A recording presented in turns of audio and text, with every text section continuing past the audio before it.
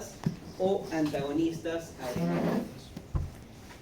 ¿Cuál es el objetivo? Al finalizar ustedes deben reconocer cuáles son los agonistas y antagonistas, asimismo reconocer cuáles son sus indicaciones. Por ejemplo, antes de iniciar esta presentación podríamos hacer algunas preguntas. ¿Cómo podría ser? ¿Cuál es la función del sistema nervioso autónomo? ¿Para qué servía el sistema nervioso autónomo? Para poder regular qué funciones involuntarias, ¿como cuáles? Presión arterial asociada a la frecuencia cardíaca, ¿qué más? Digestión. La respiración, ¿qué más? La digestión y también la eliminación de desechos. Usualmente nosotros vamos a tener estas dos ramas, la rama simpática y la rama parasimpática. La rama simpática, ¿para qué me prepara? Para situaciones de lucha o huida. Por lo tanto, yo esperaría que en este paciente tenga, por ejemplo, midriasis, broncodilatación, que tenga, por ejemplo, taquicardia, que tenga aumento en la presión arterial y, por el contrario, con el sistema gastrointestinal y geniturinario, una reducción, ¿no? Menor peristaltismo y también menor micción. Entonces, esas serían las principales manifestaciones simpáticas. La pregunta es, ¿para qué puede servirme un fármaco que tenga efectos similares? Si yo sé que la noradrenalina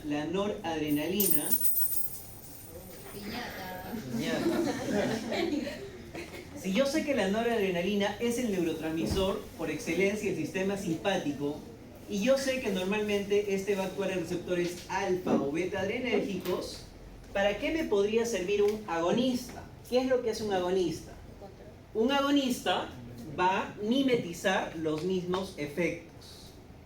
En cambio, un antagonista, ¿qué es lo que va a hacer? Todo lo contrario, va a bloquear al receptor y va a impedir que éste pueda actuar. Entonces, a modo de repaso, aquí nosotros vemos justamente el sistema nervioso autónomo con sus dos ramas. Simpática, que es lo que vamos a revisar el día de hoy, que me prepara para condiciones de lucha y huida. Entonces, ¿qué manifestaciones yo esperaría en lucha y huida, jóvenes? ¿Cuáles serían las manifestaciones? Midriasis, broncodilatación, ¿qué más? Taquicardia, ¿qué más? Aumento de la presión arterial. ¿Qué otra manifestación podríamos ver? Otra manifestación simpática. Por ejemplo, aumento de las secreciones. No necesariamente. Por ahí que podría haber una excepción. Normalmente podríamos hablar, por ejemplo, de un incremento en la secreción de las glándulas sudoríparas, pero no el resto de glándulas. ¿Me dejo entender? Porque yo cuando estoy en lucha y huida, ¿qué es lo que sucede? Doctor, empiezo a transpirar, empiezo a sudar de miedo, ¿no? Incluso también se puede producir piloerección. Los pelitos de la piel se erectan, ¿no? Entonces, piloerección. Entonces, aquí vemos algunos de los efectos, ¿no? Midriasis, taquicardia, broncodilatación. Y por el sistema, por el tracto gastrointestinal y geniturinario, va a estar disminuido. Entonces, a modo de repaso, que ya lo hemos visto también en la parte práctica, nosotros vamos a tener estos receptores. Receptores alfa y beta adrenérgicos, ¿no? Receptores alfa y beta adrenérgicos. Pregunto, ¿dónde tenemos el receptor alfa 1? ¿Cuál es la principal ubicación para el receptor alfa 1? ¿Cuál es la principal ubicación? ¿En el músculo liso, pero cualquier músculo liso? No, en el músculo liso vascular. ¿Y qué efecto producía en este músculo liso vascular? Vasoconstricción, vasoconstricción. ¿Otra ubicación para el receptor alfa 1, jóvenes? Músculo radial de la pupila. Músculo radial de la pupila. ¿Y qué me producía en este caso? Midriasis. Ok, otra ubicación para el receptor alfa 1. Por ejemplo, hablamos los esfínteres. Esfínteres del tracto geniturinario. O también en el músculo liso gastrointestinal, pero ahí producía relajación, ¿no? Pero esas eran las más importantes. Si hablamos del receptor alfa 2, recuerden que alfa 2 está asociado a GI. ¿Recuerdan que era GI, jóvenes? GI era inhibitorio. Entonces, ¿dónde podría encontrar receptores alfa 2? Por ejemplo, podríamos encontrarla en las células beta del páncreas. ¿Y qué efecto producía en las células beta del páncreas? Reducción de insulina, y como consecuencia esto aumentaba la glucosa plasmática, ¿no? Glucosa plasmática. Porque si yo tengo más glucosa en la sangre, va a estar disponible ¿para qué? Para poder luchar y para poder huir, ¿no? Entonces, ese era el efecto en las células beta del páncreas. ¿Qué otra ubicación teníamos para los receptores alfa 2? Por ejemplo, terminaciones presinápticas, terminaciones nerviosas presinápticas. ¿Y a nivel presináptico qué producía, jóvenes? El feedback, pero el tipo negativo, ¿no? Feedback negativo, es decir, autorregulación. Otras ubicaciones adicionales para alfa 2, músculo liso vascular, producía vasoconstricción. Otra ubicación, por ejemplo, eran las plaquetas para la agregación plaquetaria, pero estas eran una de las más importantes. Si hablamos del receptor beta 1, ¿qué ubicación tenía beta 1? Corazón. Beta 1, por ejemplo, nosotros la encontramos en el corazón. Por ejemplo, podíamos encontrarla en el nódulo auriculosinusal, nódulo auriculoventricular y en el músculo de las aurículas y los ventrículos. ¿Sí? ¿Y qué efectos podían producir en estos casos? Cronotropismo positivo, dromotropismo, también del tipo positivo, y también efecto inotrópico o inotropismo positivo. En pocas palabras, ¿qué cosa era cronotropismo? Aumento en la frecuencia cardíaca, en el tiempo, ¿no? Aumentaba la frecuencia cardíaca. Dromotrópico, ¿qué cosa era? Aumentaba la velocidad, velocidad de conducción. Y en el efecto inotrópico, ¿qué hacíamos referencia? Incremento en la fuerza, ¿sí? En la fuerza. Adicionalmente, también podíamos encontrar otra ubicación, por ejemplo, en las células yuxtaglomerulares, ¿no? En las células yuxtaglomerulares.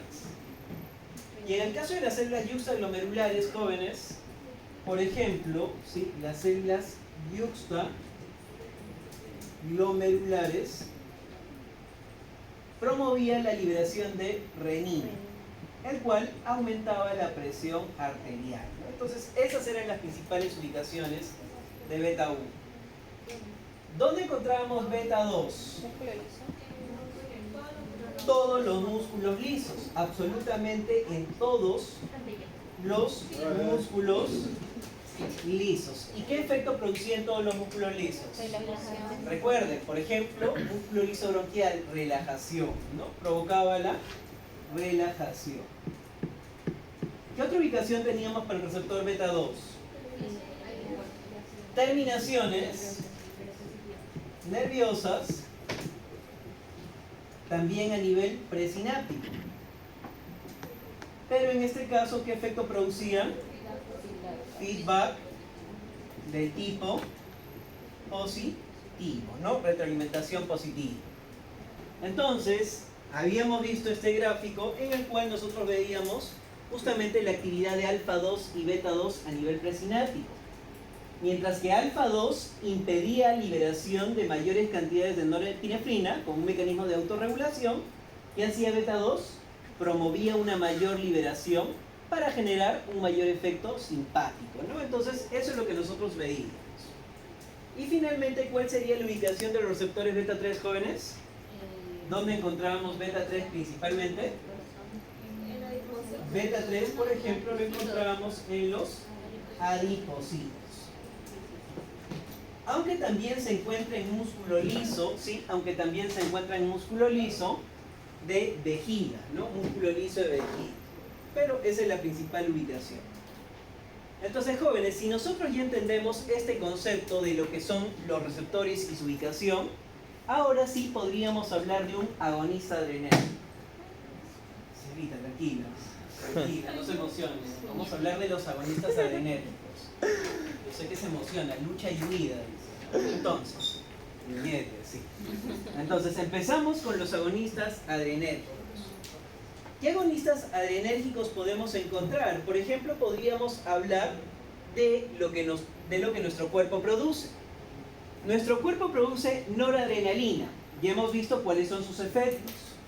Nuestro cuerpo también produce adrenalina. ¿Cuál es la diferencia entre estos dos? Que este es un neurotransmisor y esta es una hormona. Esta la producen, por ejemplo, las neuronas, y esta la produce ¿quién? Mi glándula suprarrenal. ¿Sí? ¿Se ubican las glándulas suprarrenales? ¿Sí? A ver, anatómicamente ustedes tienen un riñón, un frijolito. Este es su riñón.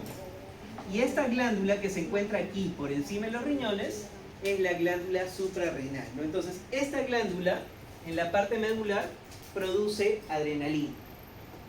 Y adicionalmente le vamos a agregar otra catecolamina que vendría a ser la dopamina. Son los tres. Entonces, si nosotros observamos en el primer caso, si hablamos de la adrenalina, de la hormona, la adrenalina, al ser una hormona, va a ser liberada en la sangre. Pero particularmente, esta tiene un efecto compensado. Tiene una afinidad, por ejemplo, por receptores alfa y beta de manera equilibrada. Podemos observar que, por ejemplo, por los receptores alfa hay un 50% de afinidad y por los receptores beta también hay un 50% de afinidad. Por ejemplo, en alfa 1, ¿qué efecto podría producir? ¿Qué produce en alfa 1? Vasoconstricción. Y en beta 2, ¿qué podría suceder? Por ejemplo, podría producir vasodilatación. Vasoconstricción por un lado y vasodilatación por el otro. Pregunta, ¿será peligroso si tiene un efecto compensado? ¿Es peligroso, jóvenes, si un fármaco es compensado? No, es seguro. Vamos con el otro fármaco o con la otra molécula, como es la noradrenalina. La noradrenalina, por ejemplo, tiene mayor afinidad por receptores alfa. Alfa 1, ¿qué efecto va a producir en alfa 1? Vasoconstricción. Y en beta 2, ¿qué efecto debería producir? Vasodilatación. Pregunto, ¿será igualmente compensado? No, no es compensado. ¿Y por qué comentamos esto? Porque hoy día también en la revisión de artículos hablábamos de un grupo de fármacos como eran los anestésicos locales. Por ejemplo, teníamos lidocaína al 2% con epinefrina 1 en 100.000. ¿Por qué epinefrina? ¿Y por qué no norepinefrina o noradrenalina? Porque la epinefrina, como hemos visto, tiene un efecto mucho más compensado. Va a producir una vasoconstricción suficiente, adecuada, pero al mismo tiempo también puede producir una vasodilatación compensatoria. No va a ser tan exagerada. Entonces, ¿para qué se puede utilizar la adrenalina? La adrenalina se puede utilizar para estas indicaciones. Es un potente vasoconstrictor. Se puede utilizar para el paro cardíaco, cuando el paciente tiene un paro cardíaco, el corazón deja de latir, por ejemplo. Se podría utilizar también para el broncoespasmo, jóvenes. Tengo un broncoespasmo, ¿podrían utilizar adrenalina? ¿Sí o no? Sí, porque me va a dilatar. Por ejemplo, ¿se puede utilizar como un vasoconstrictor en los anestésicos locales? Sí, dijimos que sí, porque tenía un efecto más compensado. Pero uno de sus usos más importantes es justamente la reacción alérgica. Pacientes con alergia. Pero alergia severa tipo shock anafiláctico. Por ejemplo, si yo en este preciso momento yo consumo un alergeno, yo soy alérgico, imagínense, a un aire, ¿sí? Soy alérgico a un aire. Pero por alguna razón, no sé, siento dolor, tengo fiebre, tengo cefalea, y alguno de ustedes me dice, doctor, aquí tengo una pastillita, justamente es diclofenaco, un aire. Y yo simplemente le recibo, lo consumo. ¿Qué podría pasar? Una reacción alérgica, ¿verdad? ¿Cuáles serían las manifestaciones de esta reacción alérgica? Por ejemplo, reacciones déndricas. Podría tener rash cutáneo, ¿no? Prurito, rash cutáneo. Primera manifestación. Si eso es leve, se queda ahí solamente en prurito, reacciones déndricas. Pero si es moderado, podría tener, por ejemplo, reacciones inflamatorias. Como por ejemplo, ¿qué cosa? edema, edema palpebral, por ejemplo, podría tener broncoespasmo, ¿sí? Podría tener, por ejemplo, edema en la epiglotis, labios, ojos, es decir, una reacción inflamatoria. Y si aún así tengo una reacción severa, podría producir hipotensión, hipotensión arterial. ¿Será bueno utilizar la adrenalina para compensar estos efectos? Fíjense, los efectos que produce la adrenalina están en azul. ¿La adrenalina puede aumentar la presión arterial o no? Entonces sí, la adrenalina podría aumentar mi presión arterial. ¿La adrenalina puede producir broncodilatación, sí o no? Sí, entonces voy a contrarrestar esto. Aquí nuevamente la adrenalina podría generar broncodilatación. Ya no va a haber espasmo, ya no va a haber hipotensión. ¿Me dejo entender? Entonces, la adrenalina, ¿para qué casos voy a utilizar? ¿Reacciones alérgicas leves, moderadas o severas? Severas o incluso en casos moderados. Por eso aquí me indica que también lo podría utilizar como un agente broncodilatador. Sin embargo, cuando hablamos de la noradrenalina, ¿podríamos tener los mismos usos? No, no necesariamente. Porque recuerden que este no tiene un efecto compensado. Este puede producir una gran vasoconstricción, pero ¿tiene efecto sobre receptores beta 2, músculo liso bronquial? No, entonces, ¿tendrá efecto aquí la noradrenalina? No, entonces podría utilizarse para el shock anafiláctico, como que no es un fármaco de primera línea. Sin embargo, yo podría utilizarlo para otro tipo de situaciones, también como un vasoconstrictor, también para el paro cardíaco o incluso también para el shock distributivo, ¿no? Hipotensión provocada, por ejemplo, por infecciones, como un cuadro séptico, ¿sí? Sí, díganme. ¿No es lo mismo vasopresor y vasoconstrictor? Sí, vasoconstrictor o vasopresor, ¿sí? Es el mismo significado. Y la otra catecolamina, que también la veíamos como alguien especial, es la dopamina, que va a actuar en sus propios receptores dopaminérgicos. Pero aunque todavía tiene afinidad por receptores alfa 1 y beta 1. Pregunto, beta 1, ¿qué efecto podría producir en beta 1? Por ejemplo, podría producir efectos trópicos sobre el corazón del paciente, ¿no? Por ejemplo, podría utilizarse en cuadros de insuficiencia cardíaca congestiva severa o en algunos tipos de shock. Cada vez que escuchen shock, shock hace referencia a esto, a hipotensión. Diferentes causas para provocar un shock. Por ejemplo, este puede ser por reacciones alérgicas, shock anafiláctico. Podríamos tener, por ejemplo, el shock séptico, que se produce una hipotensión por una infección generalizada. O incluso si podríamos hablar de repente de algunas otras alteraciones. Entonces, jóvenes, este vendría a ser el primer grupo de agonistas adrenérgicos, pero que mi cuerpo produce, ¿no? ¿Cuáles serían los endógenos? Adrenalina, noradrenalina y dopamina, los que mi cuerpo produce. Vamos a ver el segundo grupo, que son los fármacos, ¿sí? Fármacos agonistas adrenérgicos. Y aquí, por ejemplo, nosotros podríamos tener al primer grupo, que podrían ser los agonistas alfa 1 selectivos. Agonistas alfa 1 selectivos. Pregunto, ¿qué nos dice el nombre? ¿Qué entendemos por el nombre? Agonista, primero, agonista. ¿A quién va a mimetizar? A receptores alfa. Agonistas. Puede mimetizar a la noradrenalina, ¿verdad? Pregunta, alfa 1 selectivos, alfa 1 selectivos, alfa 1 selectivos. ¿Dónde debería enfocarme? Las dos primeras líneas. Ahí es donde debería enfocarme, las dos primeras líneas. Doctor, ¿y en el resto de receptores va a actuar? No debería. No debería. Entonces, los alfa 1 selectivos fueron diseñados principalmente como vasoconstrictores. Son fármacos que se utilizan para generar vasoconstricción. Algunos se utilizan de forma individual, como podría ser, por ejemplo, la etilefrina. La etilefrina viene a ser un potente vasoconstrictor, pero altamente selectivo. ¿sí? Altamente selectivo, solamente por receptores alfa 1. Por ejemplo, ¿ustedes han escuchado el síncope vasovagal? Hipotimia. La hipotimia viene a ser una condición en la cual yo empiezo a hiperventilar por cuestión de miedo. ¿Y qué pasaría si esta hiperventilación continúa? Yo puedo sufrir un cuadro de hipotensión, mi presión arterial cae. A eso le llamamos síncope vasovagal.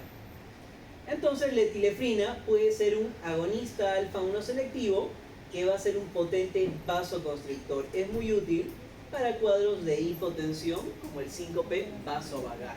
Esa es una de sus principales indicaciones, la etilefrina. ¿Qué pasa con los otros agentes? Por ejemplo, fenilefrina, fenilpropanolamina o pseudoefedrina. Estos son vasoconstrictores, sí, vasoconstrictores que usualmente se asociaban a los antigripales, ¿sí? Asociados a antigripales. Si yo, por ejemplo, tengo una glándula, ¿sí? Tengo una glándula.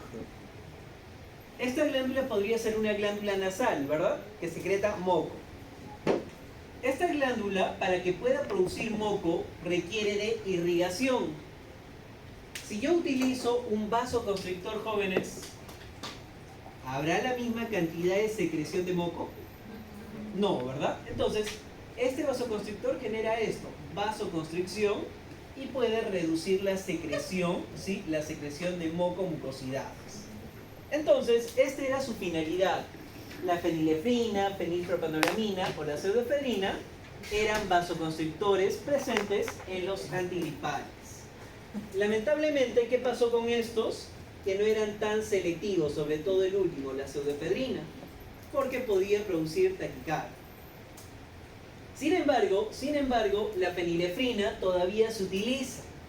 Es un vasoconstrictor a nivel arterial, puede ser utilizante también como un vasoconstrictor con los antigripales y también puede utilizarse como un agente midriático, ¿no? ¿Qué cosa es midriasis, jóvenes? Aumento en el diámetro pupilar, ¿no? Entonces, vamos a la primera, ¿sí? Al primer receptor. ¿Qué dijimos del receptor alfa 1? Dos ubicaciones importantes. ¿Qué efectos deberían producir estos agonistas? Vasoconstricción y la segunda, midriasis. ¿Sí? Son los dos efectos, por eso que los mencionamos al principio, ¿sí? Al principio. ¿Preguntas, dudas, jóvenes? Tenemos entonces el primer grupo, que serían los agonistas alfa 1 selectivos, ¿sí? Entonces podemos ir anotándolo aquí. Primer grupo. ¿Qué primer grupo tenemos? A los agonistas alfa 1 selectivos. ¿Cómo podrían ser quiénes? Dijimos etilefrina. ¿Cuál podría ser otro? Fenilefrina, ¿sí? Fenilefrina. Podrían ser dos de los más representativos. Vamos con el siguiente grupo, que vendrían a ser los agonistas alfa 2 selectivos. Agonistas alfa 2 selectivos. Agonistas alfa 2 selectivos. ¿Cuál es la principal ubicación de alfa 2, jóvenes? ¿Cuál es la principal ubicación de alfa 2? Podría ser las células beta del páncreas. ¿Y cuál sería la otra?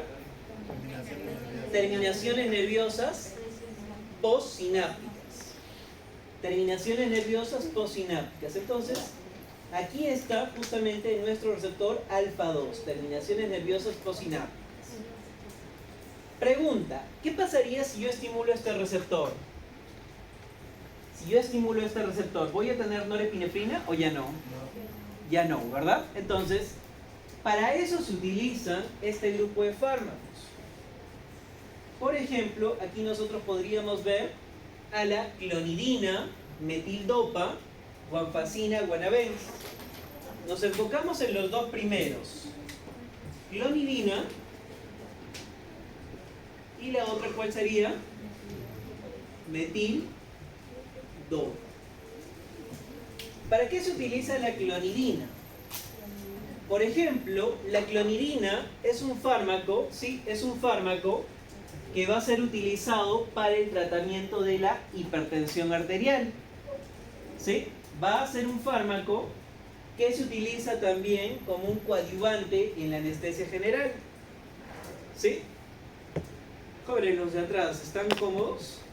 Yo los veo hace rato, no sé, con el jueguito, los veo, no sé, con la cara somnolienta. Jóvenes, si desean, creo que no es la primera vez que se les llama la atención. ¿Sí? Yo veo que están colocando las cámaras. No me gustaría prohibir que dejen de grabar, o sea, no me gustaría estar brindando esas indicaciones. Pero si vamos a seguir con esa actitud, creo que ya conocemos el resultado, por lo menos podemos predecirlo, me equivoco. ¿Sí? Yo sé que acaban de almorzar, yo sé que algunos tienen sueño, ¿sí? Estamos cansados, es 4 de la tarde y ya va a ser las 5, pero si seguimos con esa actitud, mil disculpas, pero yo no puedo continuar con esta clase. ¿Sí? Por favor, cambiamos un poquito de actitud.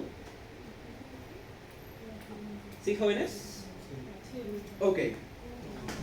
Entonces, estábamos hablando, por ejemplo, de la clonidina, que viene a ser un fármaco, ¿sí? Que viene a ser un fármaco que va a actuar principalmente sobre ¿qué receptores? A nivel de los receptores alfa 2, pero a nivel presináptico. ¿Cuáles son las indicaciones de estos fármacos? Tratamiento de la hipertensión arterial y también como un coadyuvante en la anestesia general. ¿Por qué razón? ¿Por qué razón podría ser útil este grupo de fármacos para este tratamiento? Por ejemplo, ¿qué pasaría si ya no liberamos norepinefrina? ¿Qué pasaría si ya no liberamos norepinefrina, jóvenes? ¿Podemos todavía generar vasoconstricción en alfa 1? ¿Podríamos producir taquicardia? No, por eso justamente su efecto antihipertensivo, ¿no? Su efecto antihipertensivo.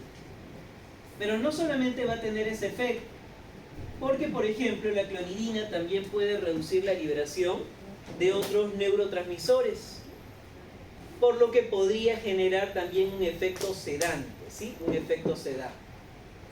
Y en el caso de la metildopa se utiliza también como un antihipertensivo en pacientes gestantes, ¿sí? Por ejemplo, para el tratamiento de la enclampsia o la preeclampsia, ¿sí? Enclampsia o preeclampsia. Ok, entonces tendríamos a ese segundo grupo que serían los agonistas alfa 2 selectivos. Vamos a ver el tercer grupo de agonistas, ¿sí? El tercer grupo. El tercer grupo son los agonistas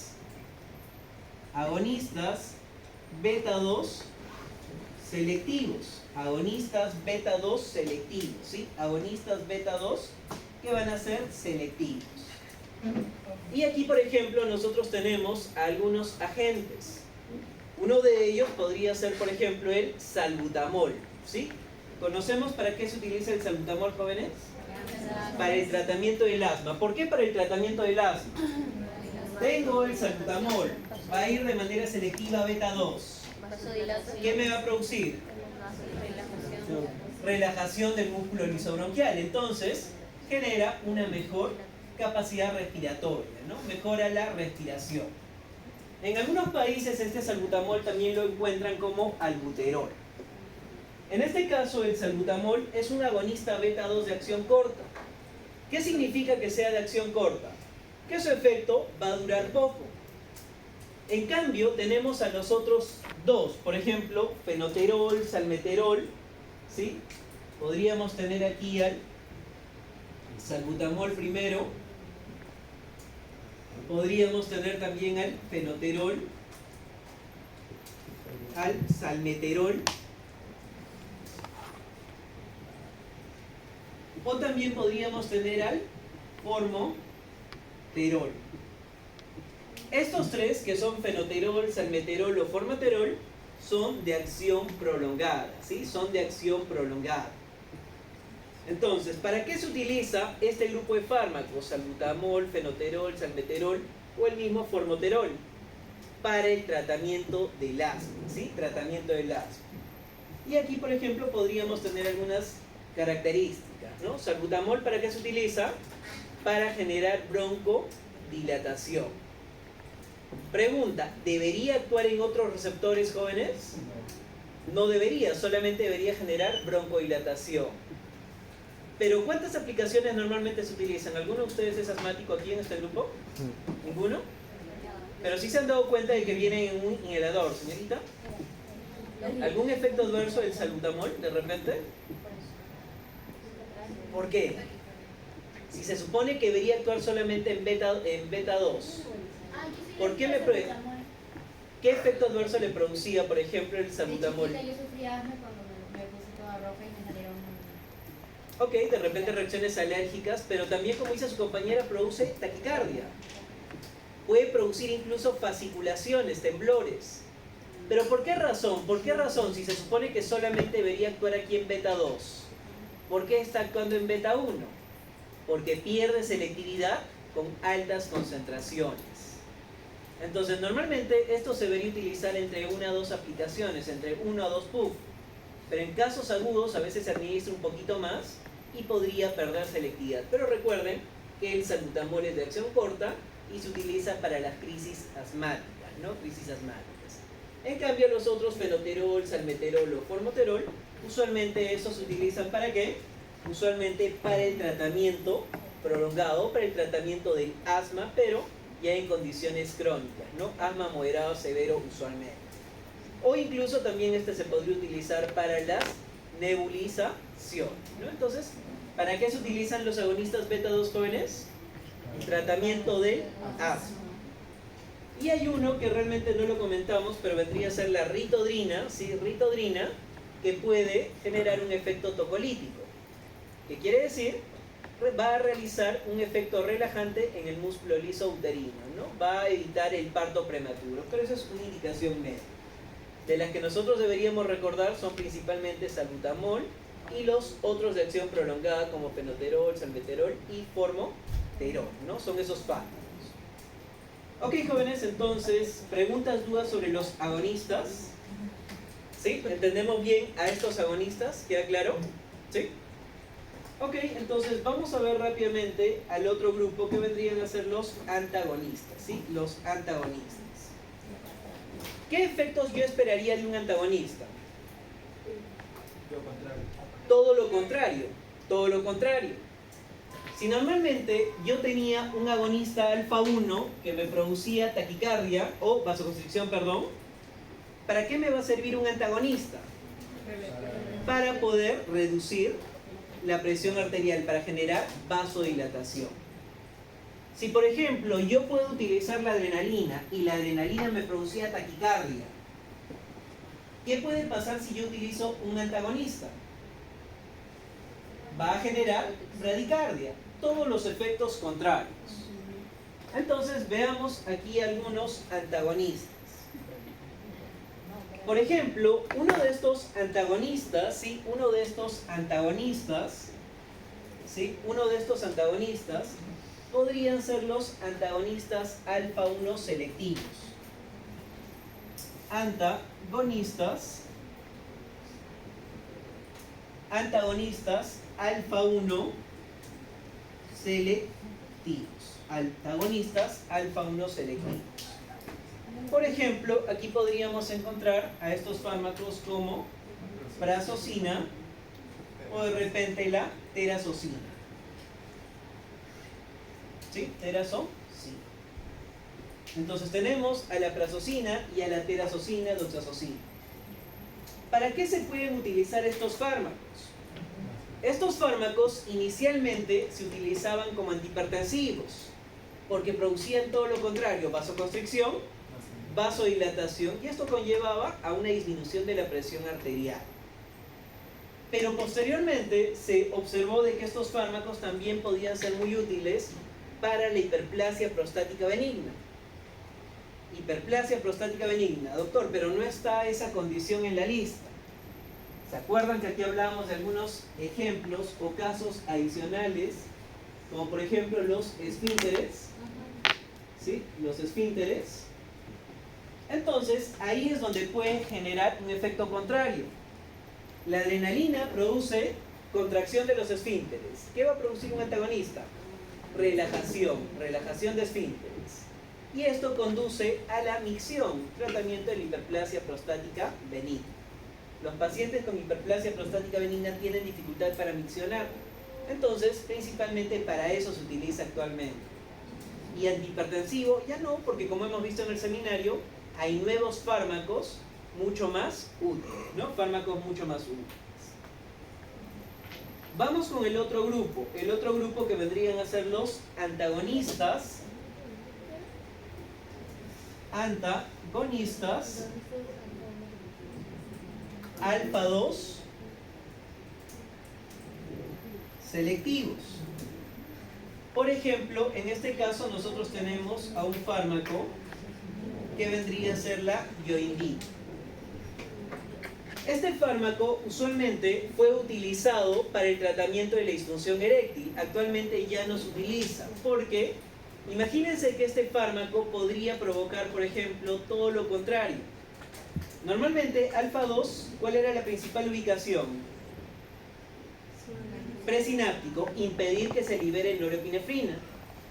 ¿Se imaginan que ahora bloqueamos este receptor? ¿Qué podría producir si bloqueamos este receptor?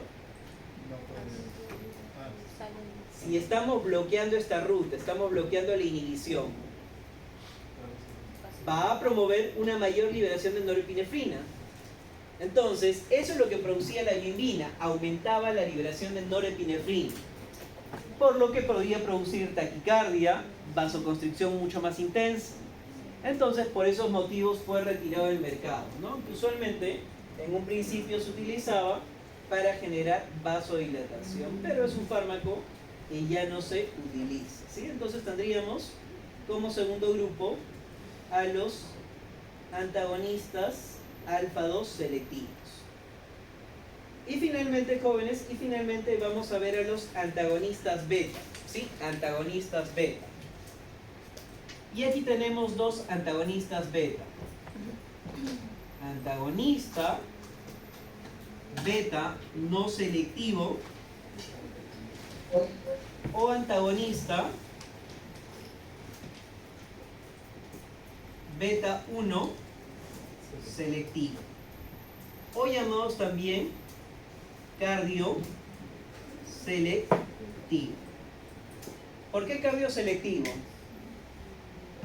¿Por qué podría ser cardioselectivo? No selectivo y beta 1 o cardioselectivo. ¿Dónde está beta 1? En el corazón. En el corazón, ¿verdad? Entonces, veamos al primero que vendrían a ser los no selectivos. Dentro de los no selectivos tenemos a estos agentes. Tenemos al propanolol, tenemos al nadolol, timolol, labetalol, carvedilol. Pregunto, ¿por qué serán no selectivos, antagonistas no selectivos? Porque pueden bloquear a cualquier beta, ya sea beta 1 o a beta 2. Entonces, si normalmente estos de aquí me producían, por ejemplo, aumento de la presión arterial, aumentaban mi presión arterial, estos podían mejorar, por ejemplo, el ritmo, aumentaban, por ejemplo, el ritmo cardíaco. ¿Para qué puedo utilizar un antagonista? Un antagonista, ¿para qué podría utilizarse? Por ejemplo, para producir hipotensión arterial. ¿Para qué más se podría utilizar? Como un agente antiarrítmico. Y también se puede utilizar como un agente antianginoso. Son las tres indicaciones de los antagonistas beta, ya sean los no selectivos o sean los cardioselectivos. Por ejemplo, el propanolol. ¿Para qué se utilizaba el propanolol? Principalmente se utilizaba como antihipertensivo. Esa era la principal indicación, antihipertensivo. ¿Cuál era el problema? El problema es que al ser no selectivo, ¿qué podría producir? ¿Qué podría pasar aquí en beta 2? Normalmente el agonista produce relajación, pero ¿qué va a producir un antagonista? Broncoconstricción. ¿Me dejo entender? Entonces, ¿se seguirá utilizando el propanolol? No, pero se utilizaba para el tratamiento de la hipertensión y también para el tratamiento de la angina de pecho, ¿no? Usualmente esas eran las dos indicaciones. Por ejemplo, el otro vendría a ser el timolol. El timolol también se utilizaba para el tratamiento de glaucoma en su formulación oftálmica, ¿sí? Tratamiento de glaucoma. Sin embargo, jóvenes, todavía tenemos al último grupo, ¿sí? Al último grupo, que este sí todavía se utiliza en la actualidad. Entonces, de los no selectivos, ¿a quién destacamos, jóvenes? Al propanolol, ¿sí? El más representativo. Por ahí, en segundo lugar, podríamos hablar del timolol, ¿sí? El timolol. Pero en este caso, si ya tenemos fármacos antagonistas beta 1 selectivos, ¿cuál será la ventaja? ¿Qué ventaja podría tener si solamente actúa en beta 1? ¿Qué ventaja podría tener si es un beta 1 selectivo? Que va a actuar solamente en el corazón. ¿Tendrá efectos sobre el músculo liso bronquial? Ya no. Va a actuar sobre, por ejemplo, sobre los otros tejidos, de repente, músculo esquelético, adipocitos, terminaciones postsinápticas, o presinápticas, perdón, no va a tener ningún efecto. Entonces, estos 4 o 5 fármacos, porque podríamos agregar al bisoprolol como agentes beta 1 selectivos, ¿sí? Una forma de recordar a estos podría ser con la memotecnia MECAP. ¿Sí? MECAP. M de qué? De metoprolol. E de esmolol. C de celiprolol. A de atenolol. Y B de bisoprolol. ¿Sí? Que no está en la lista, pero el bisoprolol. Comparado con la otra lista, jóvenes, ¿se repite? ¿Hay alguna M? ¿Hay alguna E? ¿Hay una C? Sí, esa es la única que les puede confundir. Pero el resto no va a confundirse, ¿sí? Entonces, MECAP vendría a ser justamente una memotecnia para recordar. Entonces, metoprolol, esmolol, celiprolol, atenolol y bisoprolol son antihipertensivos cardio 1 selectivos. Jóvenes, una pregunta. ¿Por qué revisamos estos fármacos si la mayoría tiene uso médico? ¿Por qué hacemos una revisión de este grupo de fármacos? ¿Cuál es la importancia? Porque la mayoría de estos fármacos no los vamos a prescribir. ¿Por qué reconocemos estos fármacos? ¿Porque somos pesados? ¿Porque somos tediosos? ¿El paciente lo puede usar? Porque muchos de los pacientes que acuden a la consulta tienen arritmia. Muchos pacientes que vienen a la consulta vienen con insuficiencia cardíaca congestiva. Muchos pacientes vienen con ¿qué? Con cuadros que están relacionados, hiperplasia prostática benigna. Dejemos un poco la parte técnica, que sí es importante de nuestra carrera, pero tampoco dejemos de lado lo que corresponde a la parte médica. Entonces, si bien es cierto, yo no voy a prescribir, o hemos visto alguna dosis, les he pedido que recuerden de repente cuánto es la dosis de clonidina, cuál es el metabolismo de la clonidina. Les he preguntado de repente cuál es la vía de eliminación. No, estamos viendo lo más básico de este grupo de fármacos, que son los agonistas adrenérgicos. ¿Cuál es su mecanismo de acción y cuál es su indicación? ¿Para qué se utiliza o en qué casos el paciente puede acudir a la consulta con esta medicación? Si por ejemplo tenemos a un paciente y el paciente acude a la consulta y le dice: doctor, estoy consumiendo salbutamol. ¿Cuál es la primera idea que yo tengo de salbutamol? Que el paciente es asmático. No tuve que indagar mayor información, no tuve que seguir haciendo preguntas, pero estoy seguro de que el paciente tiene un problema respiratorio tipo asma. Si el paciente me dice: doctor, estoy consumiendo propanolol, ¿cuáles pueden ser las posibles condiciones por las que esté consumiendo propanolol? O es hipertenso, de la escuela antigua, de repente un médico de repente antiguo todavía le prescribe eso, no es hipertensivo, o tiene arritmia, o tiene angina de pecho. Entonces, basta con que yo reconozca el fármaco que está consumiendo para poder identificar justamente el tratamiento que está recibiendo, ¿no? Ok, entonces, por eso hacemos esta revisión de los cardioselectivos. Entonces, el atenolol, que es un cardioselectivo, se utiliza como antihipertensivo, agente antianginoso y también para el tratamiento de la insuficiencia cardíaca. Este es uno de los pocos que todavía se utilizan, ¿no? El atenolol, ¿sí? El atenolol. Y el otro que todavía un poco más raro es el propanolol, como dijimos, usualmente para la insuficiencia cardíaca congestiva. Y finalmente, jóvenes, tenemos el último fármaco que es el celiprolol, que es algo peculiar, tiene un comportamiento muy peculiar. A la vez que es un antagonista beta 1 selectivo, también se comporta como agonista beta 2. Tiene un comportamiento dual esta molécula. Entonces, normalmente este celiprolol también se puede utilizar como antihipertensivo, pero con la ventaja de que me genera, ¿qué cosa? Broncodilatación. Al ser un agonista beta 2, puede generar broncodilatación. Una peculiaridad, ¿no? Pero es más un beneficio. Ok, jóvenes, preguntas, dudas, consultas. Descansito. ¿Sí? Entonces, jóvenes, recomendaciones, elaboren un resumen, así como han visto en esta tabla, elaboren un pequeño resumen para reconocer a qué grupo pertenecen, ¿sí? Traten de repasar, respóndanse siempre estas preguntas, ¿no? ¿Qué puedo hacer con lo aprendido? ¿Tendrá importancia este grupo de fármacos? Como dijimos, no los vamos a prescribir, pero sí necesito reconocer dónde actúa y para qué se utiliza. Ok, jóvenes, entonces, preguntas, dudas, consultas. Nice. Sí, si no hay preguntas, consultas, jóvenes, con eso finalizamos la clase del día de hoy. Sí, ya nos estamos yendo la próxima semana. Por